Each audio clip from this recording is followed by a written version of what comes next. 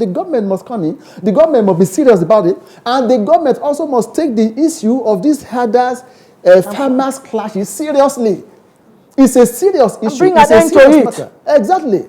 This must end. If you don't want to end Nigeria, you must end this one, because food crisis alone is enough to cause any big problem for the country. For the country. I think for now, yeah. Yeah. Thank you so much. Thank you. Your senator. So we'll take a break now and come back, enter session for question and answer. Vivid view. Say and do it. Okay. Welcome back. The question has already been asked by the audience. I direct the questions to our guest. Thank you, moderator. I will take the question together because they are related. Tackling food crisis from the perspective of government programs, let's say. Now, there are many things that the government can do. One of such things is to involve even schools in gardening. I could remember when I was in primary school. There was gardening as one of our subjects in school. So after, we were made to plant, to cultivate ridges and heaps. And then that time we planted yam, we didn't plant cassava. No, we didn't plant cassava because we were young. We planted yam, we planted pineapple, we planted maize, we planted... a few others, yeah. Yes, others. Tomato, pepper, garden eggs. So we were made to plant all that. And we were even eating from what we planted.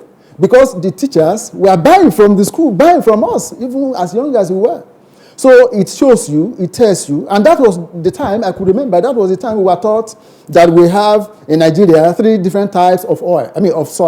We have sandy soil, loamy soil, and clayey soil, as we were taught then. Well, sandy soil is just sand soil, and then loamy soil is loam soil, and then clayey soil is clay soil.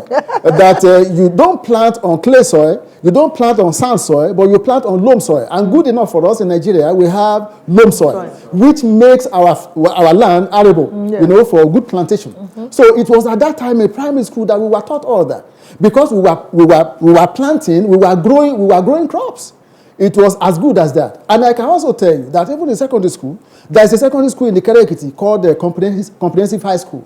That school, that at a time when the Obasanjo was the head of state, he visited the school. His government visited the school. Because the school would do everything. The school was not buying anything. No. Nothing.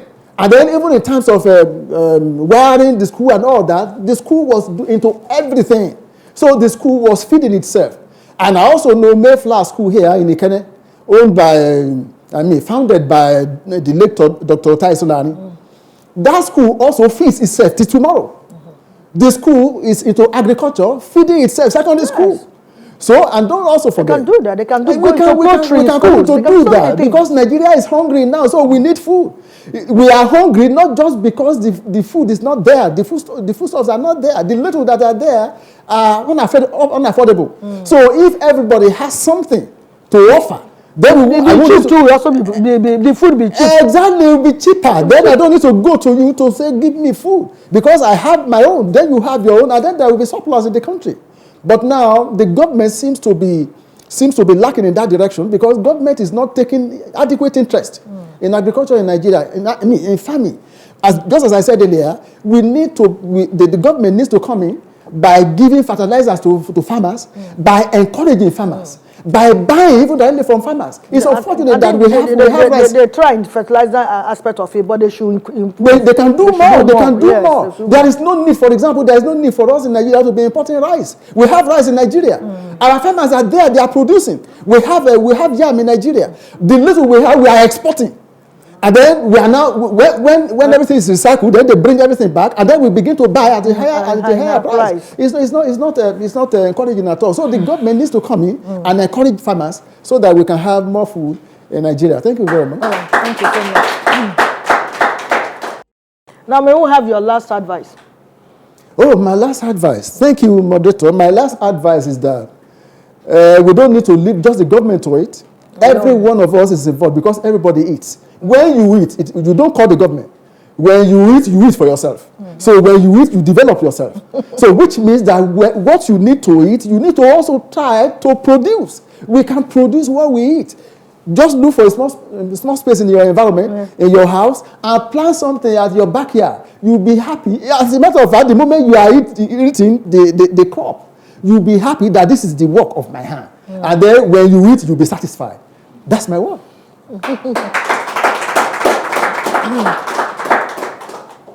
Thank you so much. Some years ago, as we noted earlier, we actually have garden in my house in Benin. And we leave some area we are tired, there's some area we leave it to plant. And I enjoy the bitter leaf. Exactly. And ogo, which you call spinach. Yeah. I enjoy those two. Because all my food, I just go to back plug and make my food fresh. Yeah. So it is really, really very important. And you will be happy that is your work. Yes, I did. I was not buying those ones. Exactly. I could buy other, but these two, I have them, even tomatoes and pepper. So I think it's not much in large quantity because just for my subsistence family. Subsistence farming, yeah. So it's not the one for commercial that I'm going to sell and all that, but at least it gave me a kind of sense of belonging and joy. So I think we should also do that now. Those of us who build houses now in our urban areas, cities, and tie everywhere. Think now to leave some part for this, what we are saying now. And then finally, let government please look into this issue of herders and farmers very critically and bring a lasting solution to it. Both of them are farmers. Whether you are a herder, you're growing cow, or the other one growing food crops, they are all farmers. And they need each other, for me. That's the way I look at it. So the farmers, the herders will not come and kill farmers because they protested that their cow is eating their crops. They borrow money from microfinance bank to make their farm, hoping to pay back during harvest. And then the cow will come and consume everything. And then you fight and kill them. You value cow that will be consumed by human being than human being himself. I mean, there's no sense in it. That's what we're seeing now. We should not value animals than life. We are the one to eat cow, not cow eating us. So we have to reason properly and do things well. If a farmer has a land that he has not didn't cultivate anything, and you bring your for example cow is there, no problem with that. But entering the farm they have already cultivated with borrowed money is wickedness, as a matter of fact. So the federal government, please look into this and bring this lasting solution to this. Coupled with what we just mentioned, that all of us should have farms at home because we all eat, so that this food crisis will be solved once and for all. And I believe if we listen to what we have just said now, God will really help us to actualize this. Having said this, I want to thank you again, our guests, for your time with us, and also to thank the production crew and, of course, the executive producer for giving us the opportunity and the job well done, too. Of course, viewers at home and also audience here, I really appreciate your patience with us. Of course, I will not stop thanking our sponsors. GDS High Tech, Micro Investment Support Services Limited is a leasing company. A lab, that's Life Action Plus. Orange Insurance Brokers Limited, Orange Published Printing Company, and few others that have been very, very supportive, including Gozi Micro Insurance Company. Thank you for your support. And we believe that we ask more people, or encourage more people to also support, so that this program continue to be on air. We are speaking the mind of people, and we know that those who are watching it are listening to us, and we are putting what we have learned here into practice. I will round up this program by myself as a gospel artist, and I'll take my video's title, By His Grace.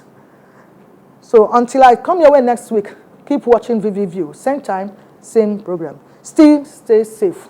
Bye. Vivid View, say and do it.